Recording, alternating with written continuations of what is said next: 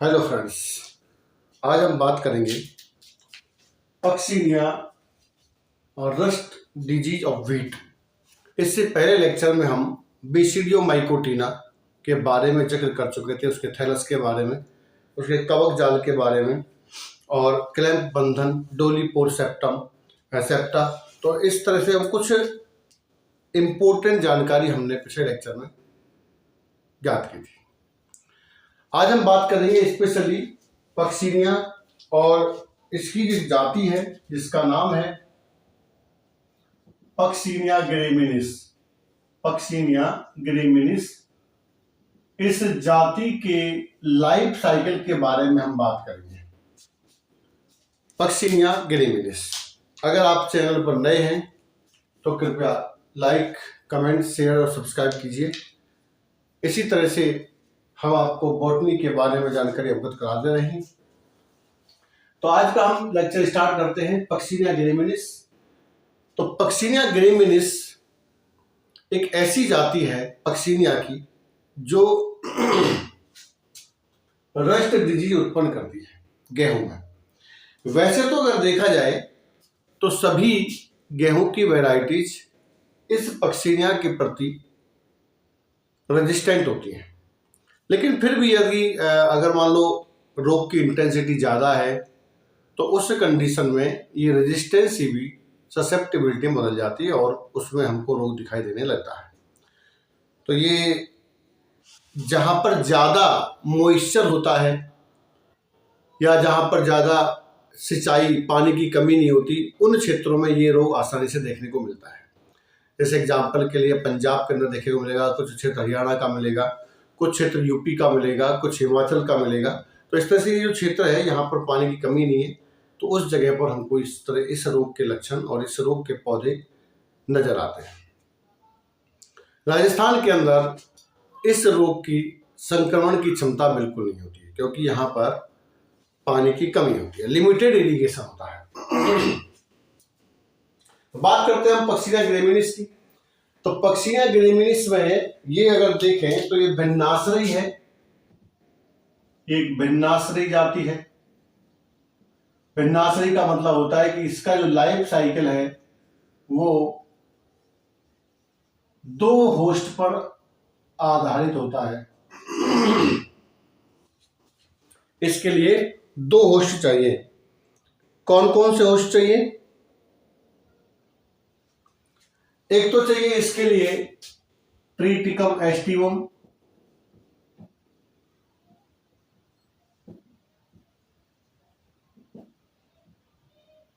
इसे हम कहेंगे प्राथमिक परपोषी या प्राइमरी होस्ट।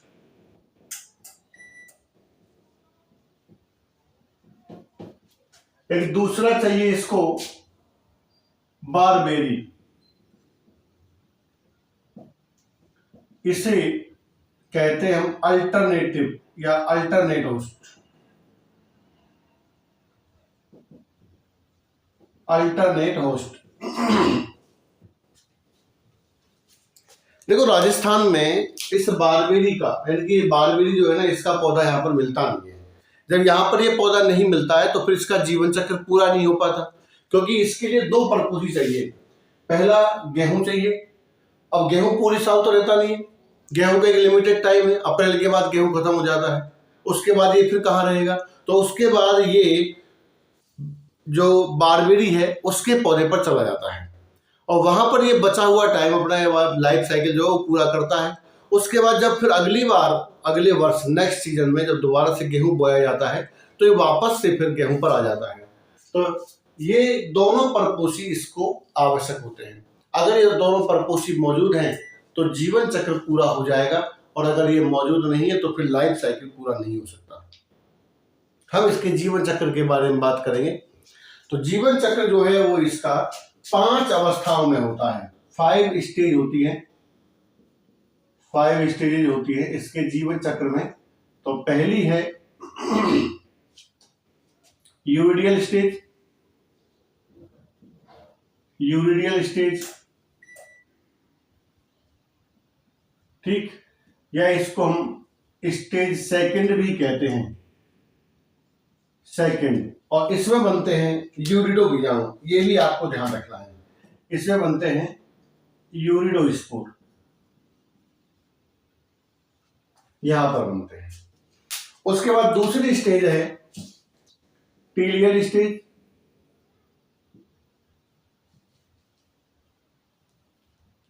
टीलियल स्टेज, इसे हम कहते हैं स्टेज थर्ड, और जैसा कि नाम से पता लग रहा है तो यहां पर बनते हैं टीलियोस्पोर्स, यहां पर बनते हैं टीलियोस्पोर्स। उसके बाद तीसरा जो है, तीसरी स्टेज, इसे कहते हैं हम बेसिडियल स्टेज। बेसिडियल स्टेज, या इसे हम कहते हैं फोर्थ स्टेज। और यहां पर जैसा कि नाम से पता लग रहा है बेसिडियल है, तो बेसिडियोस्पोर्स यहां बनते हैं, बेसिडियोस्पोर्स। उसके बाद चौथी जो स्टेज है इसका नाम है पिक्निडियल, पिक्निडियल स्टेज, और इस स्टेज को हम नाम देते हैं जीरो, और इसमें बनते हैं पिक्नियो बीजाणु या पिक्नियोस्पोर, पिक्नियोस्पोर। उसके बाद पांचवी जो अवस्था है उसका नाम है एसिडियल स्टेज, और इसे हम नाम देते हैं फर्स्ट का स्टेज, और यहां पर बनते हैं एसियोस्पोर्स या एसियो बीजाणु। तो इस तरह से ये 5 स्टेज हैं, और 5 स्टेज में 5 विभिन्न प्रकार के बीजाणु आपके सामने बनते हैं। ये जो पांचों बीजाणु हैं ये इसके लाइफ साइकिल का हिस्सा है। अगर हम गेहूं में स्टार्ट करते हैं तो गेहूं में स्टार्ट यहां से होगा। देखो, अगर हम कहते हैं भाई गेहूं के लिए अगर देखें तो गेहूं में स्टार्टिंग यहां से होती है, ये होता है व्हीट के ऊपर, और इसके बाद जो है ये है बारबेरी के ऊपर। ठीक है, चाहे आप कहीं से स्टार्ट कर लीजिए। अगर आप पिक्निडियल स्टेज से स्टार्ट करेंगे तो आपका एंड यहां पर होगा। अगर आप गेहूं से स्टार्ट करते हैं तो आपको यूरिडोस्पोर लेना पड़ेगा, यूरिडियल स्टेज लेनी पड़ेगी, तो वहां से आप स्टार्ट करेंगे तो एंड यहां होगा। यूरिडो, ये जो एसिडियल स्टेज है, एक बार हम थोड़ा बात कर लेते हैं। ये जो एसिडियल स्टेज है ये एसियो बीजाणु गेहूं पर आते हैं, यानी कि अब गेहूं खेत में आ चुका है। इस अवस्था के बाद गेहूं खेत में आ गया है, ये नवंबर का महीना आ गया है। जब नवंबर का महीना आ गया है तो ये जो बीजाणु है ये निकल करके इसके ऊपर यानी कि गेहूं के ऊपर आते हैं। तो गेहूं पर आने के बाद ये एसियो बीजाणु है, ये यूरिडो बीजाणु बनाते हैं। अब यूरिडो बीजाणु फिर खुद रेप्लिकेट होता है। ठीक है, तो गेहूं की पत्ती पर जो यूरिडो बीजाणु है वो आपको 2 तरह से दिखाई देगा। तो यूरिडो बीजाणु से खुद यूरिडो बीजाणु बनते हैं, और एक एसियो बीजाणु से यहां पर बनता है। हम आगे जाएंगे तो बेसिडियल स्टेज जो है, यहां तक आते आते गेहूं कट जाता है, खेत में रह जाते हैं ठूंठ। ठीक है, जब गेहूं कट जाता है खेत में ठूंठ रह जाते हैं, तो फिर ये अवस्था जो है ये, अब इसके पास पहली बात तो ये कि गेहूं नहीं है, और दूसरी बात ये कि ये अवस्था है कि बेसिडो बीजाणु के पास अब ये कैपेसिटी नहीं है कि वो गेहूं की फसल को वापस से इन्फेक्ट कर सके या संक्रमित कर सके। ये केवल बारबेरी के पौधों को ही संक्रमित कर सकता है। इसलिए बेसिडो बीजाणु बनने के बाद ये अपने आप ही बारबेरी पर शिफ्ट होता है। और एसियो बीजाणु के पास देखो, यहाँ तो गेहूं कट चुका है लेकिन यहाँ बारबेरी कटता भी नहीं है, लेकिन फिर भी एसियो बीजाणु के पास ये कैपेसिटी नहीं है कि वो बारबेरी के पौधे को संक्रमित कर सके। इसके पास केवल गेहूं के पौधों को संक्रमित करने की क्षमता होती है। इसलिए ये वापस से कहां आता है, गेहूं पर आता है। तो यहां पर हम आपको 5 अवस्थाएं पढ़ाएंगे, 5 अवस्था दिखा रहे हैं।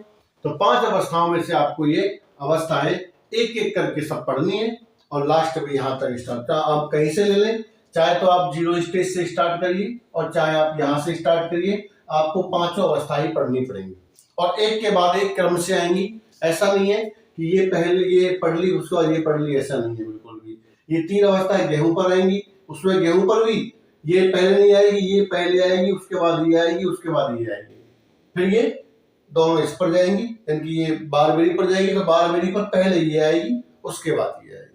तो एक एक अवस्था करके हमको यहाँ पर देखनी है, किस प्रकार से प्रत्येक डायग्राम के साथ देखना है।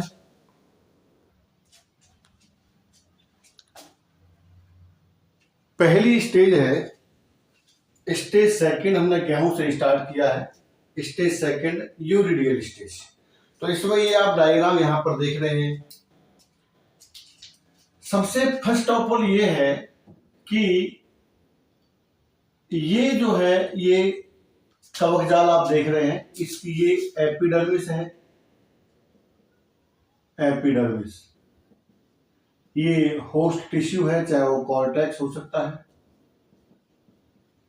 जहां पर अंतराकोशिक अवकाश है। ये यूरिडोस्पोर है और इन सबको मिलाकर हम कहते हैं यूरिडोसोरस।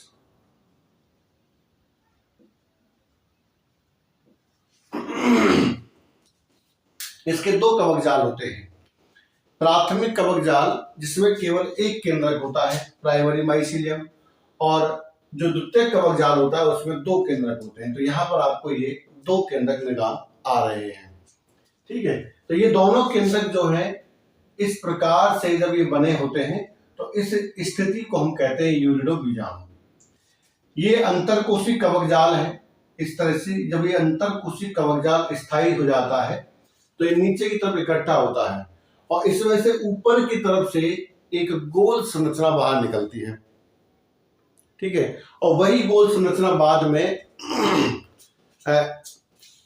इस बीजाणु स्पोरोफोर कहलाती है और इसी की सबसे ऊपरी जो कोशिका होती है वो बन जाती है यूरिडोस्पोर और इन सबको मिलाकर हम कहते हैं यूरिडोसोरस। यानी कि ये बीजाणुधानी है जहां पर ये सब बने हुए, तो सबको संयुक्त रूप से हम कह रहे हैं यूरिडोसोरस। तो पहली बात तो ये है कि इसका जो कवक जाल है वो ये सेकेंडरी कवक जाल है, सेकेंडरी माइसीलियम है। और इसका जो निर्माण है वो 2 तरह से होता है, या तो एसियो बीजाणुओं के एसियोस्पोर से होता है या फिर यूरिडोस्पोर से होता है, या फिर यूरिडोस्पोर से होता है। देखो ये सेकेंडरी कवक जाल है क्योंकि इसमें 2 केंद्रक, इसको हम डाइकैरियन स्टेज भी कह सकते हैं, डाइकैरियन स्टेज भी कह सकते हैं। 2 केंद्रक है, डाइकैरियन स्टेज है, ठीक है, सेकेंडरी माइसीलियम। अब इनका जो निर्माण है ये कैसे हो गए, ये सबसे पहले गेहूं पर आए तो एसियो बीजाणु निकल के आते हैं गेहूं पर। तो एसियो बीजाणु अंकुरित होते हैं, अंकुरित होने के बाद एसियो बीजाणु यूरिडोस्पोर में बदलते हैं। एसियो बीजाणु इस तरह से अंकुरित होता है तब जाकर के बनता है यूरिडो बीजाणु। तो यूरिडो बीजाणु और एसियो बीजाणु अब दोनों मिलकर के फिर दोबारा से यूरिडो बीजाणु बनाएंगे। देखो कहने का मतलब ये है कि मान लीजिए ये गेहूं की एक पत्ती है, ये इसकी मध्यस्रा है, यहां साइड में सिलिकाएं चल रही हैं इस तरह से, ठीक है। तो साइड की इस जगह पर मान लो कोई इन्फेक्शन पैदा हुआ है इस तरह का, है ना, तो यहां पर ये इन्फेक्शन पैदा हो गया ऐसे, तो यहां बन गई ये यूरिडो बीजाणु। अब इस जगह पर यानी कि यहां से दूसरी जगह, तीसरी जगह, चौथी जगह, हर जगह पर इन्फेक्शन जो फैलेगा ना वो या तो यूरिडो बीजाणु के फैलने से फैलेगा या फिर एसियो बीजाणु के अंकुरण से फैलेगा, और कोई तरीका नहीं है, ठीक है। एसियो बीजाणु उगेंगे या फिर ये यूरिडो बीजाणु उगेंगे। अब यूरिडो बीजाणु की वास्तविक जो संरचना है उसको अगर हम बनाते हैं इसको अलग करके तो ये कुछ इस तरह से होती है भाई।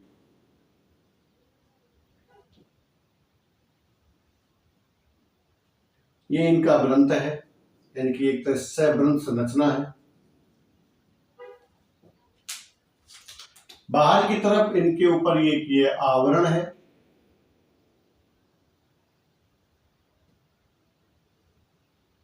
इस तरह से 2 केंद्रक है इसमें, एक केंद्रक ये है और एक केंद्रक ये है, ये समझो। और इस जगह पर कुछ संरचनाएं जिन्हें हम कहते हैं जर्मपोर, इनकी जनन छिद्र यहां पर पाए जाते हैं। ये दोनों केंद्रक है, ये वृंत है। तो ये संरचना है यहां पर किसकी, यूरिडो बीजाणु की। बाकी ये सब साइटोप्लाज्म है। इसमें दो, इसको हम कहेंगे एक्साइन, दो चोल है, दो आवरण है, दो कोट है, और इसे हम कहेंगे इंटाइन। ये दोनों है न्यूक्लियस। ये कंडीशन, ठीक है। तो इसके बारे में हम लिख सकते हैं कि जो यूरिडो बीजाणु है वो सेवरन संरचना है। उसके ऊपर दो आवरण होते हैं। बाहरी आवरण को हम बाइचोल या एक्साइन, भीतरी आवरण को हम अंत्यचोल या इंटाइन कहते हैं।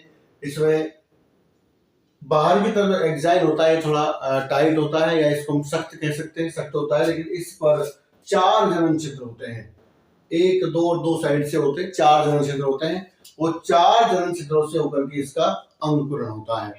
अब इस अवस्था में देखो, यहां से आपको दिख रहा है कि ये जो एपिडर्मिस है ये फट गई है, यानी कि एपिडर्मिस के बिल्कुल नीचे, पत्ती की सतह पर एपिडर्मिस के बिल्कुल नीचे जब यहाँ यूरिडो बीजाणु बढ़ते हैं, ये ऊपर निकलते हैं ये, तो फिर ये सीधा दबाव डालते हैं किस पर, पत्ती की एपिडर्मिस पर। और जब पत्ती की एपिडर्मिस पर ज्यादा दबाव पड़ जाता है तो अब ये तन नहीं सकती, इसलिए ये ब्रस्ट हो जाती है। और ब्रस्ट होती है तो उसके बाद ये पाउडर रूपी, यहाँ से जो पाउडर है इसका लाल रंग का, वो बाहर निकलता है। तो इस अवस्था को हम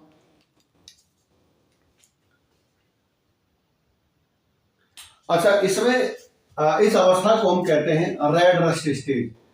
रेड रस्ट स्टेज, तो ये ध्यान रखें भाई, ये काफी इंपॉर्टेंट है कि पक्षिया के जीवन चक्र में रेड रस्ट स्टेज कौन सी अवस्था होती है। तो इसमें आएगी स्टेज सेकंड या यूरिडियल स्टेज, ठीक है। उसके बाद और हम आगे चलते हैं, तो यहां से ये जो यूरिडो बीजाणु है, ये यूरिडो बीजाणु अंकुरित भी हो सकते हैं, यानी कि ये अंकुरित होते हैं। कहते हैं भाई यूरिडो बीजाणुओं के अंकुरण से भी तो इनका निर्माण होता है। तो यूरिडो बीजाणु यहां से अंकुरित होते हैं, कहां से, जनन छोर से, जनन छिद्र से। और अंकुरित होने के बाद ये एक जनन नलिका बनाते हैं। तो इनका जो इंटाइन होता है, एक्साइन फट जाता है, इंटाइन जो होता है वो यहां पर एक जनन नलिका के रूप में बाहर निकलता है। ये तो ये पूरी कंडीशन आप देख रहे हैं वो यहां पर हो रही है, ठीक है। ये इस तरह से अंकुरित होता है, जनन नलिका है, यहां पर हो रही है, यानी ये सब काम यहां चल रहा है। तो ये पत्ती है, तो इस पत्ती पर रंध्र होते हैं, इन रंध्रों से होकर के ये जनन नलिका जो है वो एपिडर्मिस के नीचे वल्कुट में प्रवेश कर जाती है, और वहीं पर इसका ये अंतरकोशिक कवक जाल जो आप देख रहे हैं यहां पर बनता है। तो ये है यूरिडियल स्टेज।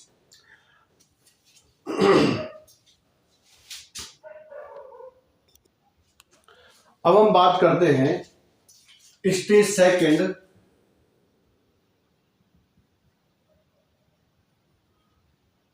स्टेज थर्ड, इसका नाम है टीलियर स्टेज। देखिए होता क्या है, ये इस तरह से जर्मिनेट हो रहे हैं, इनकी संख्या बढ़ती जा रही है, लेकिन जब तक, कब तक, जब तक गेहूं हरा खड़ा है, खेत में है।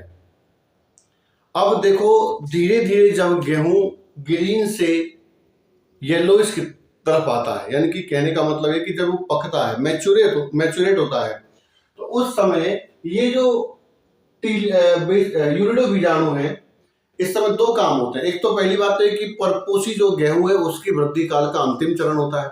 दूसरा, अप्रैल के आते आते गर्मी बढ़ जाती है, तो परपोषी के वृद्धि काल के अंत में और अधिक तापमान में अब ये यूरिडो बीजाणु कन्वर्ट होते हैं टीलियो बीजाणु में।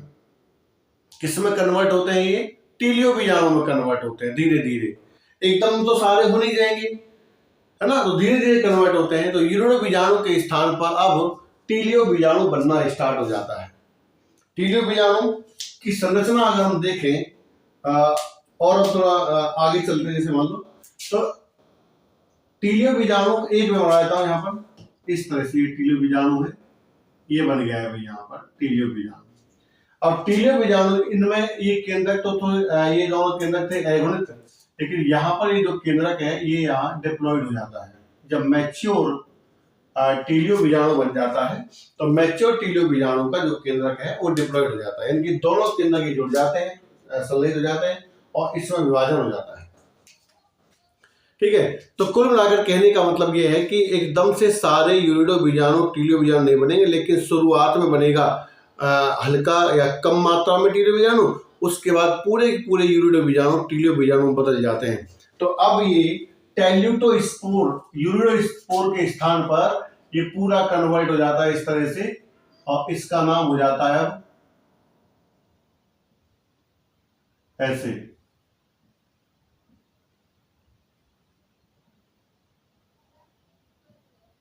इसका नाम हो जाता है टेल्यूटोसोरस। क्या नाम हो जाता है? टेल्यूटोसोरस। इसे हम कहते हैं टेल्यूटोसोरस। और इस वाली संरचना को अगर हम देखें तो ये वाली संरचना यहाँ पर ऐसे हो जाती है, ये डिप्लॉयड केंद्रक और ये भी डिप्लॉयड केंद्रक, इस तरह से ये डिप्लॉयड न्यूक्लियस हो जाते हैं, डिप्लॉयड न्यूक्लियस। ठीक है, अब ये दोनों डिप्लॉयड न्यूक्लियस जो हैं ये कहलाएंगे टीलियो बीजाणु, इन्हें हम टेल्यूटो बीजाणु भी कहते हैं। तो इस बीजाणु का अगर हम देखते हैं, इस बीजाणु का तो ये द्विकोशिक है, सैव्रंत है, जनन छिद्र युक्त भी होता है। ठीक है, और दो इसके ऊपर जो चोल है या आवरण है वो ऐसे कैसे ही पाए जाते हैं। शुरुआत में ये एक केंद्र की होता है, लेकिन परिपक्व होने के बाद ये द्विकेंद्र की डिप्लॉयड, शुरुआत में द्विकेंद्र की होता है लेकिन बाद में ये डिप्लॉयड हो जाता है, द्विगुणित हो जाता है। अब हम इसको अगर और आगे चलते हैं तो इतना होने के बाद गेहूं जो है वो मैच्योर हो जाता है, यानी कि ये पक जाता है। इतना होने के बाद गेहूं पक जाता है। अब जब गेहूं पक गया तो अब ये जो गेहूं पकता है तो कटता भी है, और उसके बाद ये जो जो टीलियो बीजाणु है ये अब भूमि पर गिर जाते हैं। ठीक है, तो भूमि पर गिरने के पहले ये जो अवस्था होती है ये अब ब्लैक पस्ट्यूल्स में या ब्लैक रस्ट में बदल जाते हैं। ब्लैक रस्ट, देखो ये पहले रेड रस्ट थी, अब क्या होगी? Black rust. तो पक्षियों के जीवन काल में ब्लैक रस्ट स्टेज होती है, उसका नाम है टीलियर स्टेज। रेड रस्ट स्टेज होती है, उसका नाम है यूरिडियल स्टेज। तो ये यहाँ पर थोड़ा सा आपको याद रखना है कि ब्लैक रस्ट यानी कि काली किट यहाँ पर बनती है। अब ये जो होता ये भी है भाई, ये जो पस्ट्यूल्स आपको दिखाई दे रहे हैं इस तरह से ये मिल जाते हैं और ये पिटिका पूरी की पूरी आगे तक हो जाती है। ठीक है, तो ये ब्लैक रस्ट स्टेज है। अब भूमि पर गिर गए हैं टीलियो बीजाणु। अब ये जो टीलियो बीजाणु है या टेल्यूटो बीजाणु है, इनकी अगली जो अवस्था है वो आती है, उसका नाम है थर्ड स्टेज 4। ये गेहूं पर अंतिम अवस्था है, इसे हम कहते हैं बेसिडियल स्टेज। Basidial stage.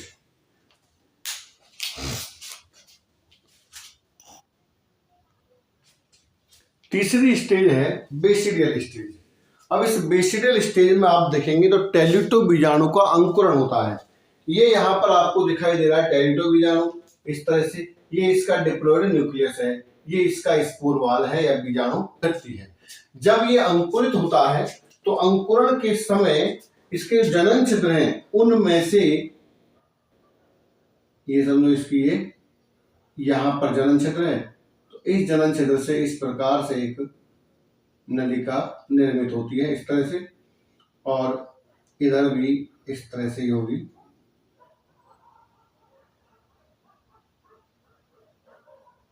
ऐसे वृत्ति होती है।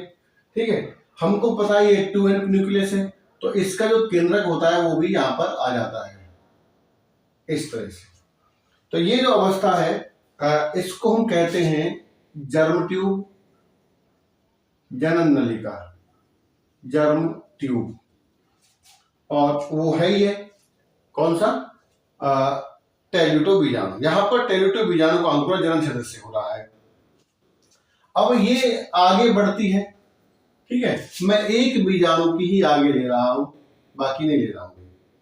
सपोज मान लो ये इस तरह से बढ़ रही है और बढ़ते हुए ये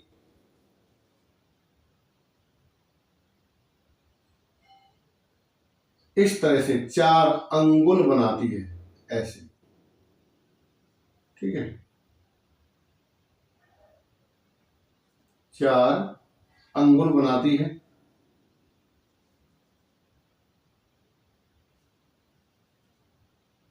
अंगुलाकार संरचना,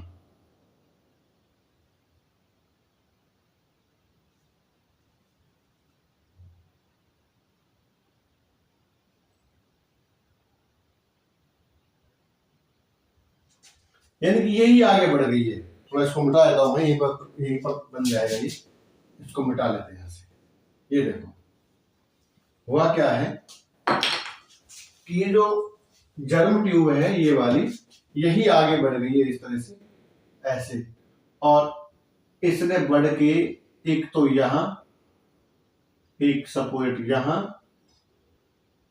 एक यहां, और एक मान ली यहां। इस तरह से इसने ये 4 उंगली नुमा उभार बना लिए हैं, ठीक है। अब देखो होता है, इसको हम कहते हैं स्टेरिगमेटा, इसको हम कहते हैं प्रांगुल या स्टेरिगमेटा। ये स्टेरिगमेटा है। ये सब चीज यहीं चल रही है, पत्ती के अंदर ही चल रही है, कहीं बाहर नहीं है। ये समझ लो कि भाई बाहर चल रहे हैं, ये सब यहीं पर चल रही है पत्ती के अंदर। पहले यूरिडो बीजाणु थे, फिर वही यूरिडो बीजाणु कन्वर्ट हुए टीलियो बीजाणु में, अब टीलियो बीजाणु कन्वर्ट हो रहा है बेसिडियो बीजाणु में। टीलियो बीजाणु के अंकुरण से बन रहा है क्या, बेसिडियो बीजाणु। तो ये जो केंद्रक है इसका, ये केंद्रक डिप्लॉइड है, और डिप्लॉइड होने के बाद अब ये केंद्रक अगुणित यानी कि ये मियोसिस करता है, जिससे 4 अगुणित बीजाणु बनते हैं, और इनको हम कहते हैं बेसिडियो बीजाणु, बेसिडियो स्पोर। इसको हम कहते हैं बेसिडियो स्पोर। तो ये बेसिडियो बीजाणु यहाँ पर इस तरह बन जाते हैं। इसमें भी अगर हम देखें तो यहाँ भी इस प्रकार से 1 2 3 और ये 4 इस तरह से। तो इसका भी जो 2n केंद्रक है ये अब यहां से केंद्रक ये हट जाता है, तो ये कहलाते हैं हम अब बेसिडियो बीजाणु। इस पूरी संरचना को इसे हम कहते हैं बेसिडियम। बेसिडियम इन बीजाणुओं की जो तंतु है ये वाला, इसमें अब इस तरह से यहां पट बन जाते हैं ऐसे, ये बन जाते हैं पट ऐसे, यानी अलग हो जाता है बीजाणु। क्या हो जाएगा, ये अलग हो जाएगा। तो इस सबसे पहला तो ये है कि जब इसका अंकुरण होता है, टीलियो बीजाणु का जब अंकुरण हो रहा है, तो इसको हम कह रहे हैं पिरोमाइसीलियम। ये जब ये जनन नलिका निकल रही थी तो उसको हम कहते हैं पिरोमाइसीलियम या एपीबेसिडियम या मेटाबेसिडियम भी इसको हम कहते हैं, ठीक है। जब ये उगता है तब, और जब ये बीजाणु बन जाते हैं तब कहलाता है बेसिडियम। बेसिडियम पर बनते हैं 4 बीजाणु जिनको हम कहते हैं बेसिडियो स्पोर। और इन 2 बेसिडियो स्पोर में आपको थोड़ी बहुत नॉलेज हो बन जाएगी। तो यहाँ पर 2 बनते हैं प्लस प्रकार के और 2 बनते हैं माइनस टाइप के। इस प्रकार से 2 प्रकार के बेसिडियो बीजाणु बनते हैं। तो ये था पक्सिनिया गेरेमिनिस का जीवन चक्र गेहूं के ऊपर। अभी बारबेरी के ऊपर और बचा है, वो हम नेक्स्ट वीडियो में डिस्कस करेंगे। तो यहाँ हम केवल गेहूं का ही डिस्कस कर रहे हैं, ठीक है। तो वीडियो देखिए, लाइक कीजिए, कमेंट कीजिए, शेयर कीजिए, सब्सक्राइब कीजिए। Thank you very much.